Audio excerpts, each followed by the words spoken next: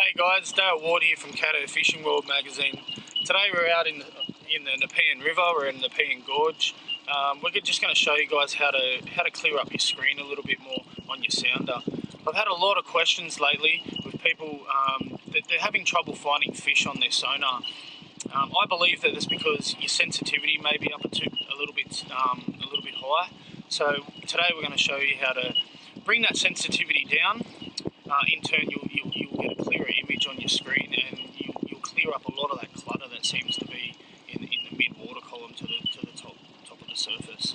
So, and if you tune your sounder right, you will notice that you can actually see your lure retrieve on your actual screen.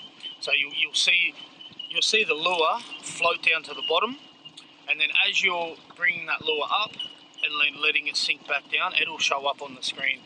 I think that you can use that because you can find out whether your lure retrieve is on par with the species that you're chasing. So you can actually measure how high that lure is coming up off the bottom and then how far it's sinking back down.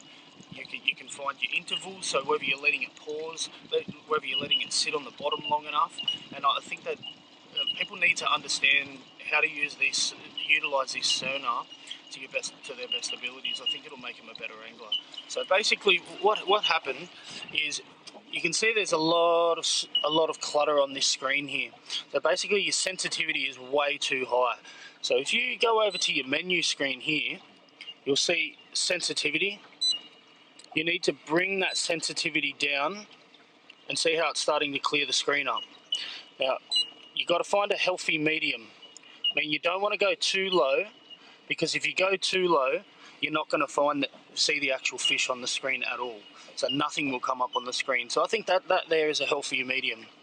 So today we're going to show you how you're going to drop the lure down to the bottom, and we're going to bring it up. Today we've got a jackal vibe.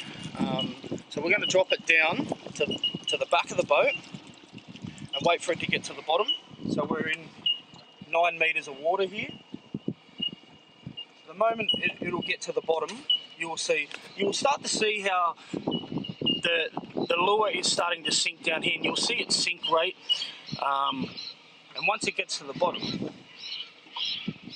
you give it a couple of tweaks up off the bottom, and you'll start to see that retrieve. Now you can see how it's coming up 2 meters and then falling back down. You can see here it's coming up and back down, up and back down.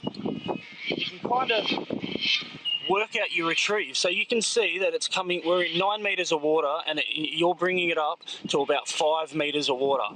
So you're bringing it up just enough for it to flutter back down, up and down.